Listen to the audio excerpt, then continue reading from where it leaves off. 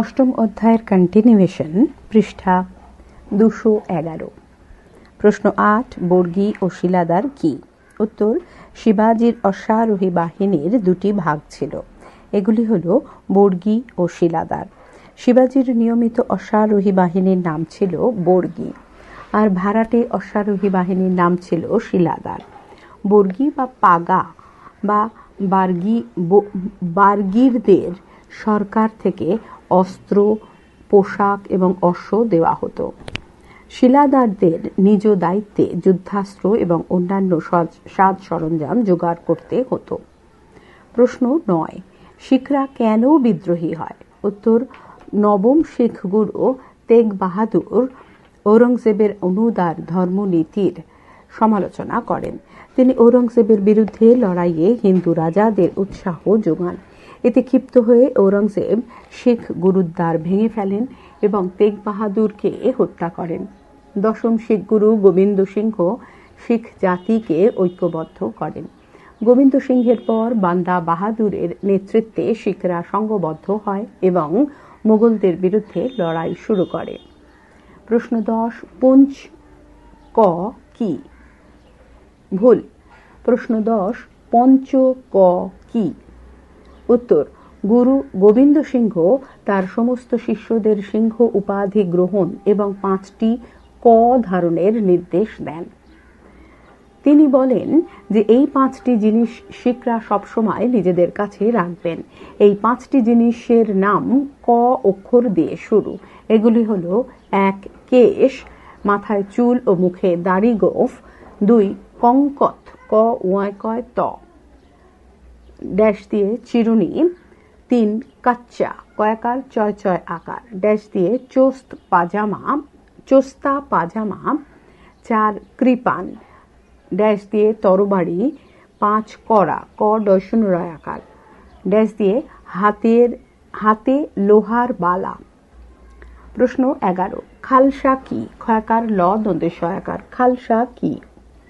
উত্তর: খালসা শব্দের অর্থ হল পবিত্র। যে সমস্ত শিখ সামরিক বৃত্তি নিয়ে নিজ ধর্মরক্ষার জীবন উৎসর্গ করেন তারাই খালসা নামে অভিহিত হন। সেই থেকেই শিখ সামরিক সংগঠনেরও নাম হয় খালসা। খালসার সদস্যদের পঞ্চ ক ধারণ করতে হতো। শিখদের দশম গুরু গোবিন্দ সিংহ ঘোষণা করেন খালসাই হবে গুরু এবং গুরু হবেন খালসা। প্রশ্ন 12, জাটদের সঙ্গে মোগলদের সংঘাত কেন বেঁধেছিল? উত্তর: দিল্লি, আগ্রা, মথুরা অঞ্চলে হিন্দু কৃষিজীবী জাটরা বসবাস করত। জাহাঙ্গীর ও শাহজাহানের আমলে রাজস্ব সংগ্রহ নিয়ে জাটদের সঙ্গে মোগলদের সংঘাত বাঁধে। এছাড়াও জাটরা চেয়েছিল নিজেদের জন্য আলাদা একটি রাজ্য গঠন করতে, যা মেনে নেওয়া মুঘল শাসকদের পক্ষে সম্ভব ছিল না। প্রশ্ন 13, সতনামী বিদ্রোহের সূচনা কবে ঘটে? এই বিদ্রোহের নেতৃত্ব কে দেন? উত্তর: সূচনা। সতনামী বিদ্রোহের সূচনা ঘটে 1672 খ্রিস্টাব্দে। নেতৃত্ব গরিব দাস হারা হাডা এই বিদ্রোহের নেতৃত্ব দেন। সতনামী চাষিদের ওপর মোগল কর্মচারীরা জোর জুলুম চালালে তারা বিদ্রোহী হয়ে ওঠে। প্রশ্ন 14, শাহজাহানের আমলে মনসবদারি এবং জায়গিরদারি ব্যবস্থায় কি সমস্যা দেখা গিয়েছিল? উত্তর: মুঘল সম্রাট শাহজাহানের সময় থেকেই মনসবদারি এবং জায়গিরদারি ব্যবস্থার সমস্যা শুরু হয়। এই সমস্যাগুলি ছিল: 1, বেতনদানে অক্ষমতা। রাজকোষ থেকে শিল্প স্থাপত্যে প্রচুর খরচ হয়ে যাওয়ার সময়ে মনসবদারদের পদ অনুযায়ী বেতন দেওয়া যেত না। 2, জমা ও হাসিলের ফারাক। এ সময় থেকেই কাগজ কলমে দেখানো রাজস্ব জমা এবং আদায় করা আসল রাজস্ব হাসিল এর মধ্যে ফারাক দেখা দিতে থাকে। প্রশ্ন 15, ঔরঙ্গজেবের রাজত্বকালে কি কি অর্থনৈতিক এবং রাজনৈতিক পরিবর্তন হয়েছিল? উত্তর: অর্থনৈতিক পরিবর্তন। ঔরঙ্গজেবের রাজত্বকালে মোগল সাম্রাজ্য বিশাল আকার ধারণ করে, ফলে প্রশাসনিক খরচও অনেক বেড়ে যায়। আবার এই সময়ে মনসবদারদের সংখ্যা বেড়ে গেলেও সেই হারে মনসব পদ বাড়েনি। ফলে মনসব পদ লাভকে কেন্দ্র করে অভিজাতদের মধ্যে দ্বন্দ্ব তীব্র হয়। তাছাড়া এই সময়ে জাট এবং সৎনামে বিদ্রোহ কৃষি ব্যবস্থার সংকটকে তীব্র করে তোলে। রাজনৈতিক পরিবর্তন। মোগল কেন্দ্রীয় শক্তির দুর্বলতার সুযোগে আঞ্চলিক শক্তি হিসেবে মারাঠাদের উত্থান ঘটে। শিখ শক্তির সঙ্গেও মোগলদের সম্পর্ক তিক্ত হয়ে ওঠে। প্রশ্ন 16। বিজাপুর এবং গোলকুন্ডা জয়ের ফলে মোগলদের কি সুবিধা হয়? উত্তর, সম্রাট ঔরঙ্গজেব দাক্ষিণাত্যের বিজাপুর এবং গোলকুন্ডা এই দুই রাজ্যে অভিযান চালান। এই দুই রাজ্য দখলের পর দাক্ষিণাত্যে সুবিশাল অঞ্চল মোগল সাম্রাজ্যভুক্ত হয়। অধিকার করা অঞ্চলের সব থেকে ভালো জমিগুলি ঔরঙ্গজেব খাস জমি বা খালিশা হিসেবে রেখে দেন। এগুলি জায়গির হিসেবে কাউকে দেওয়া হতো না। এই সমস্ত খাস জমির রাজস্ব সরকারি কেন্দ্রীয় কোষাগারে জমা দেওয়া হতো। প্রশ্ন 17। শিবাজির সঙ্গে মোগলদের দ্বন্দ্বের কারণ কি ছিল? উত্তর, আলোচনামূলক। ব্র্যাকেটে বিশদ বা বর্ণনাধর্মী অংশের 6 নম্বর প্রশ্নে প্রথম অংশ দেখো। প্রশ্ন 18। মুঘল সম্রাট ঔরঙ্গজেব ভালো জমিগুলি কেন খাস জমি করে রেখেছিলেন?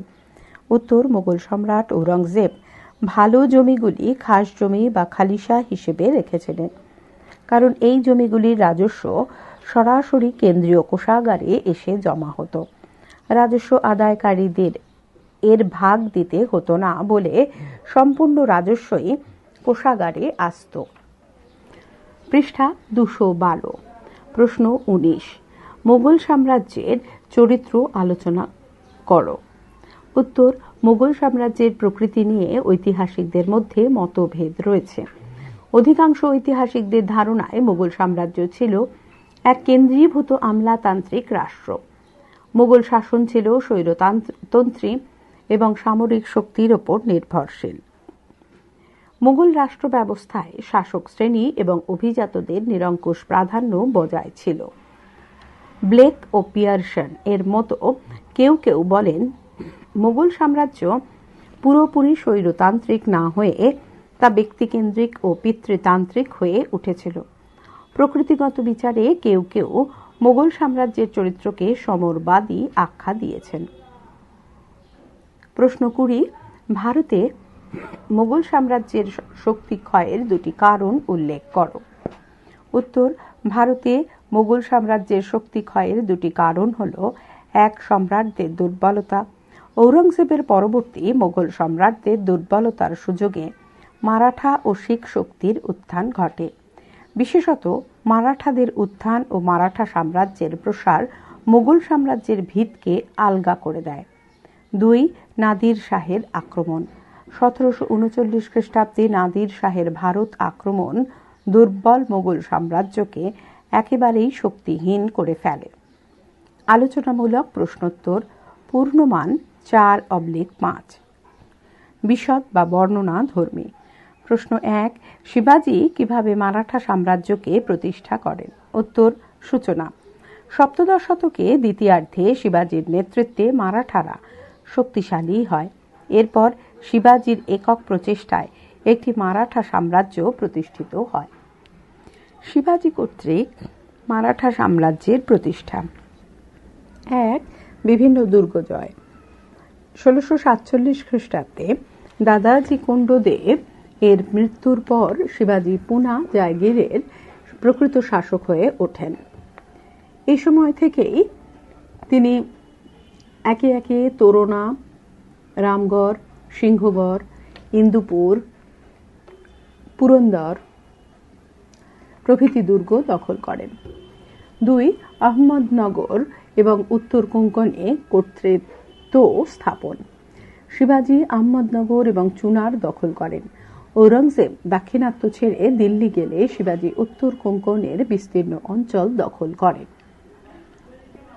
3. দক্ষিণ কোঙ্কণ অধিকার। বিজাপুরের সুলতান শিবাজিকে দমন করার উদ্দেশ্যে সেনাপতি আফজাল খাঁকে শিবাজি কাছে পাঠান। শিবাজি তাকে হত্যা করেন। এরপর শিবাজি দক্ষিণ কোঙ্কণ এবং কোলাপুর অধিকার করেন। 4. মুঘলদের বিরুদ্ধে সংগ্রাম। 1. শিবাজি ও শায়েস্তা খাঁ। শিবাজি পুনায় ঔরঙ্গজেবের বিশ্বস্ত সেনাপতি শায়েস্তা খাঁর শিবিরে অতর্কিতে আক্রমণ চালিয়ে তাকে দাক্ষিণাত্য ত্যাগ করতে বাধ্য করেন। 2. শিবাজি ও জয়সিংহ। ঔরঙ্গজেব এরপর অম্বররাজ জয়সিংহের ওপর শিবাজিকে দমনের ভার দেন। জয়সিংহ শিবাজিকে পুরন্দরের সন্ধি স্বাক্ষরে বাধ্য করেন 1665 খ্রিস্টাব্দের 22 জুন। পৃষ্ঠা 213। 5.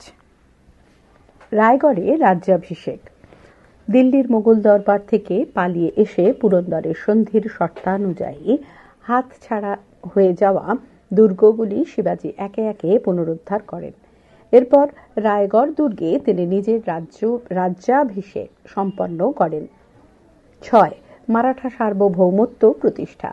রাজ্যাভিষেকের পরবর্তী 6 বছরের মধ্যে ভেলোর, তাঞ্জোর, বেলারি সহ মহীশূরের কিছুটা অংশ নিয়ে শিবাজি মারাঠা সার্বভৌমত্ব প্রতিষ্ঠা করেন। জেনে রাখা ভালো। 1. আফজাল খাঁ সন্ধির অছিলায় শিবাজির শিবিরে আসেন। শিবাজিকে আলিঙ্গনের ছলে ছুরি দিয়ে হত্যা করতে গেলে শিবাজি লোহার বাগ্নক দ্বারা আফজাল খাঁকে হত্যা করেন। 2.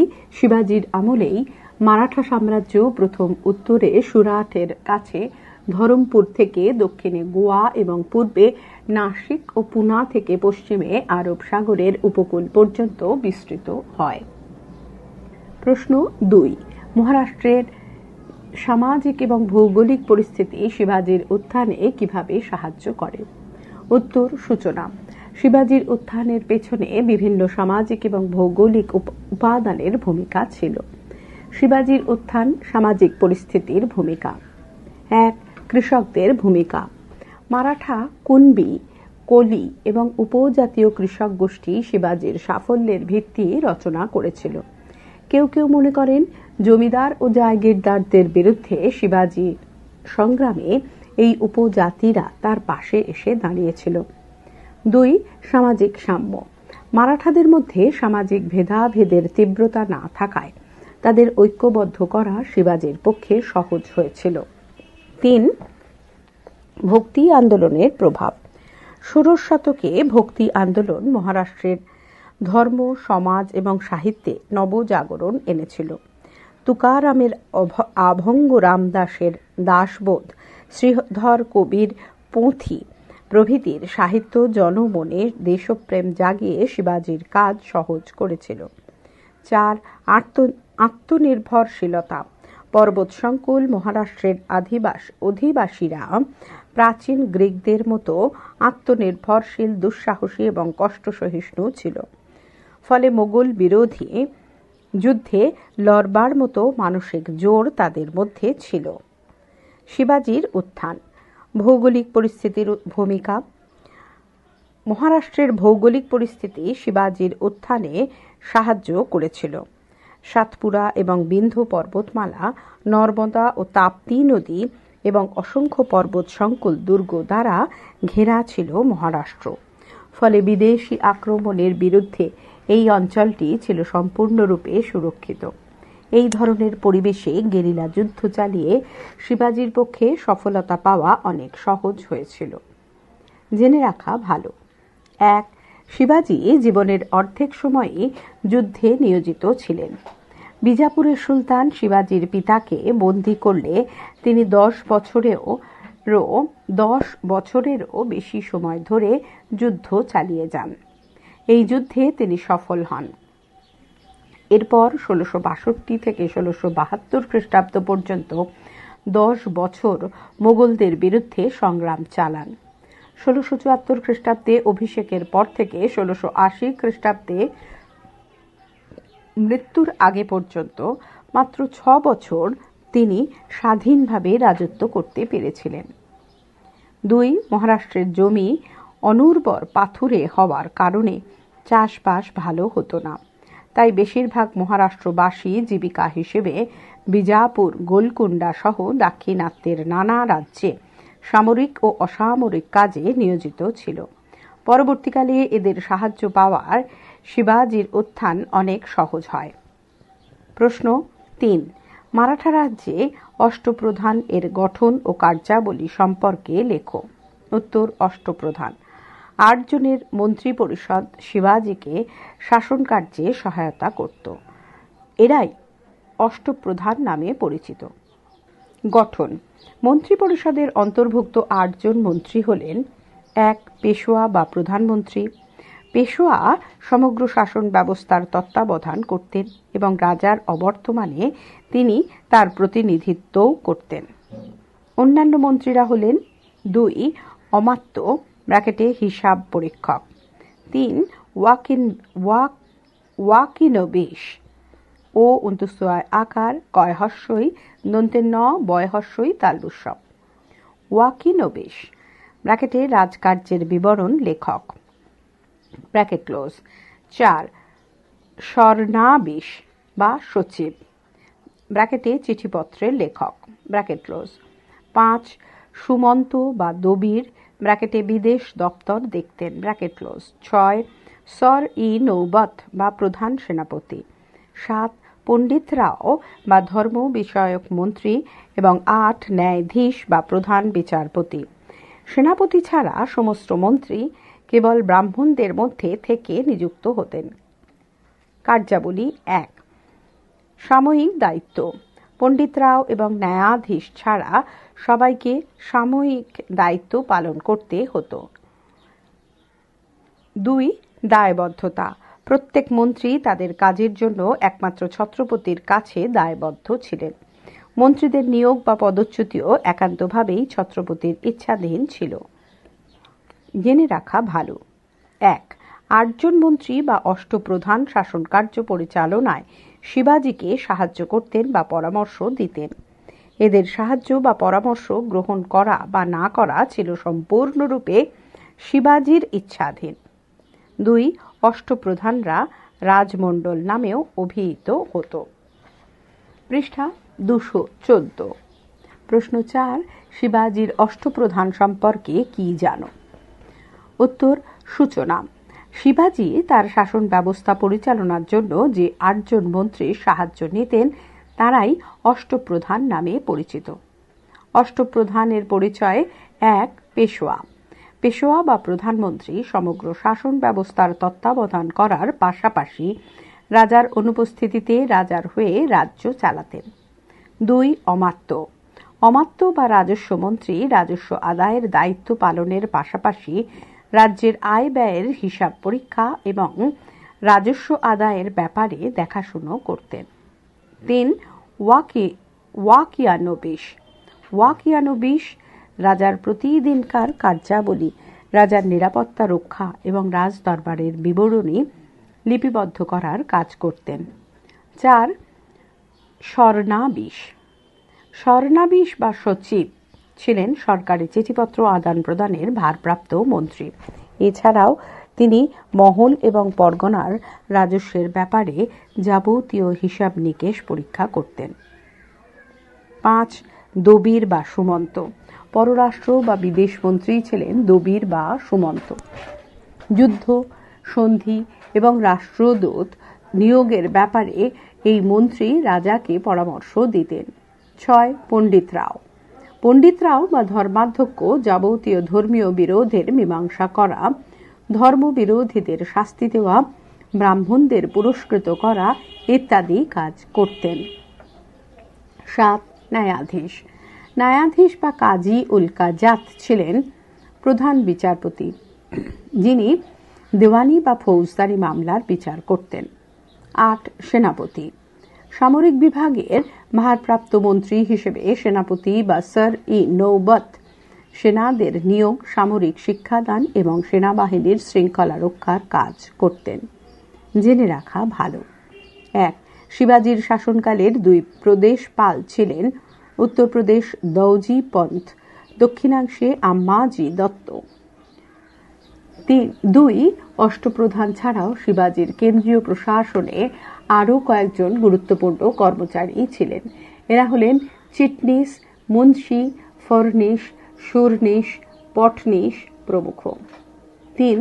শিবাজির সেনাবাহিনীতে ছিল 40,000 অশ্বারোহী সেনা, 1,260টি হাতি, 1,500টি ওট, 10,000 পদাতিক সেনা এবং 80টি কামান।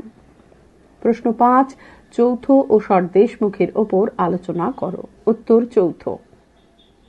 সংজ্ঞা: শিবাজির রাজত্বকালে মারাঠা শাসনাধীন অঞ্চলের পাশের এলাকা থেকে উৎপাদিত ফসলের ওপর 1/4 হিসেবে যে কর আদায় করা হতো তাকে বলা হতো চৌথ। স্বরূপ, চৌথ ছিল উৎপাদিত ফসলের 1/4 কর, যা প্রজারা স্বেচ্ছায় না দিলে মারাঠা অশ্বারোহী সেনারা জোর করে আদায় করত। আসলে মারাঠা সেনাদের হাত থেকে রক্ষা পাবার জন্য চৌথ নামে এই নিষ্কৃতি করটি প্রজারা দিতে বাধ্য হতো।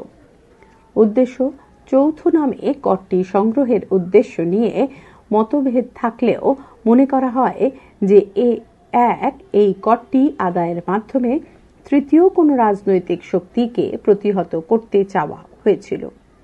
2. অন্য মতে মুঘল সাম্রাজ্যের ভাঙন ঘটানোর জন্যই শিবাজি এই কর আদায় করেন। স্বরদেশমুখী। সংজ্ঞা: শিবাজি ছিলেন মারাঠা সাম্রাজ্যের স্বরদেশমুখ বা প্রধান। তিনি প্রজাদের কাছ থেকে উৎপাদিত ফসলের নির্দিষ্ট পরিমাণ যে কর ব্যবস্থার মাধ্যমে আদায় করতেন তার নাম ছিল স্বরদেশমুখী। স্বরূপ: স্বরদেশমুখী ছিল উৎপাদিত ফসলের 1/10। উদ্দেশ্য: স্বরদেশমুখী নামে করটি আদায় করা হতো স্বরদেশমুখ বা সাম্রাজ্যের প্রধান শিবাজি এর ন্যায্য দাবি ও পাওনা হিসেবে। স্বরদেশমুখ আদায়ের বিনিময়ে শিবাজি সেখানকার স্থানীয় শাসন এবং সংগঠনের ব্যাপারে কোনো রকম হস্তক্ষেপ করতেন না। জেনে রাখা ভালো। 1. স্বরাজ্য অঞ্চলের বাইরে মুঘল শাসিত রাজ্য এবং অন্যান্য অঞ্চলের নাম ছিল মোগলাই। এই মোগলাই অঞ্চল থেকেই মূলত আদায় করা হতো চৌথ ও স্বরদেশমুখী কর। 2.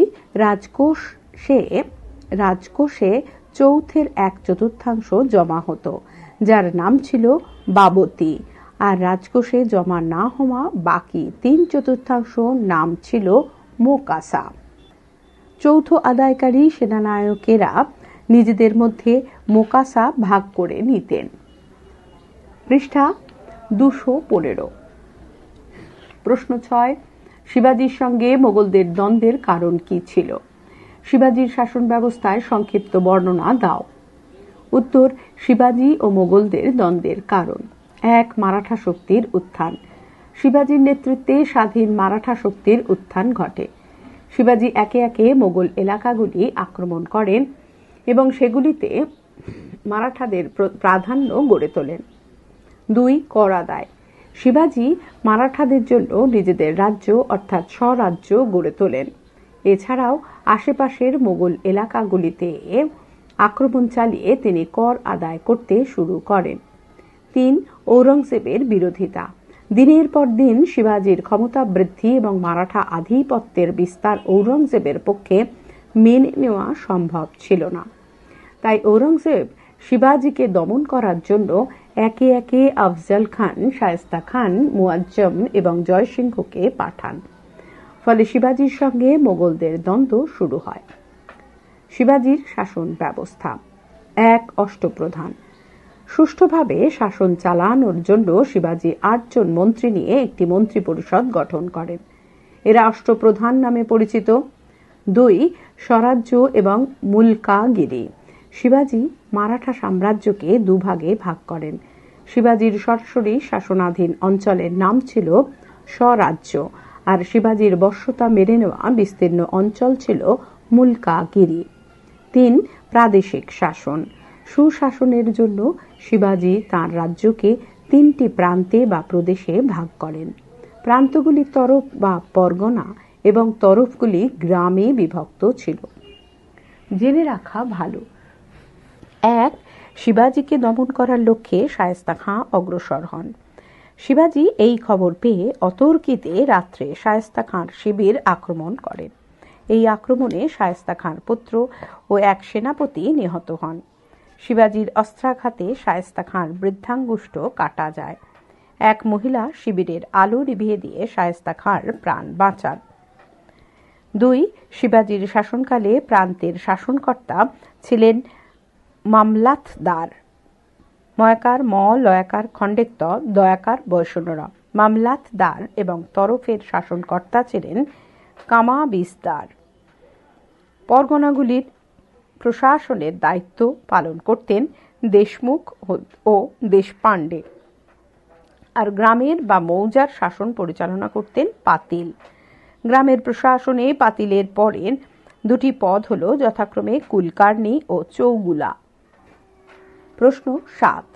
মোগলদের বিরুদ্ধে শিখরা কিভাবে নিজেদের সংগঠিত করেছিল তা আলোচনা করো। উত্তর: সূচনা। জাহাঙ্গীর এবং শাহজাহানের আমলে শিখদের সঙ্গে মোগলদের বিক্ষিপ্ত সংঘাত শুরু হয়। ক্রমে শিখরা এক স্বাধীন রাজনৈতিক শক্তির মতো নিজেদের উত্থান ঘটালে মোগলদের সঙ্গে সংঘাত অনিবার্য হয়ে ওঠে। মোগল বাহিনী শিখদের সংগঠন তেগ বাহাদুরের নেতৃত্বে। শিখদের নবম গুরু তেগ বাহাদুর ঔরঙ্গজেবের অনুদার ধর্মনীতির বিরোধিতা করেন। তিনি শিখ পন্থা তৈরির লক্ষ্যে অর্থ সংগ্রহ করেন। কাশ্মীরের ব্রাহ্মণদের মোগল বিরোধিতাও তিনি সমর্থন জানান। তিনি চেয়েছিলেন মোগল অধীনতা ছিন্ন করে শিখরা এক স্বতন্ত্র শক্তি হিসেবে আত্মপ্রকাশ করুক। গোবিন্দ সিংহের নেতৃত্বে দশম তথা শেষ শিখ গুরু গোবিন্দ সিংহ খালসা প্রতিষ্ঠা করে শিখ জাতিকে সামরিক মন্ত্রে দীক্ষা দেন। তিনি গুরু প্রথা তুলে দেন এবং বলেন, শিখদের সর্বময় কর্তা এখন থেকে শিখ পন্থা। তিনি শিখ জাতিকে 3টি মন্ত্র দেন, যথা ঈশ্বর, গুরু, অস্ত্র, গড, গুরু অ্যান্ড দ্য শোর্ড। তিনি শিখ শিষ্যদের সিংহ উপাধি এবং 5টি ক ধারণের নির্দেশ দেন। 5টি ক এর অর্থ হল কেশ, চুল, কচ্ছ, এমন পরিধেয় বস্ত্র যার শেষাংশ কোমরের পেছনে গোঁজা যায় অর্থাৎ কাছা, করা ব্র্যাকেটে বালা, কৃপান ব্র্যাকেটে তরোয়াল এবং কঙ্কতিকা ব্র্যাকেটে চিরুনি। বান্দার নেতৃত্বে গুরু গোবিন্দ সিংহের অনুচর বান্দা বাহাদুর ব্র্যাকেটে লক্ষ্মণ দাস ব্র্যাকেট ক্লোজ শিখদের সংগঠিত করেন এবং মুঘলদের বিরুদ্ধে লড়াই চালিয়ে যান। তিনি যমুনা থেকে শতদ্রু পর্যন্ত অঞ্চলে শিখ কর্তৃত্ব স্থাপন করেন।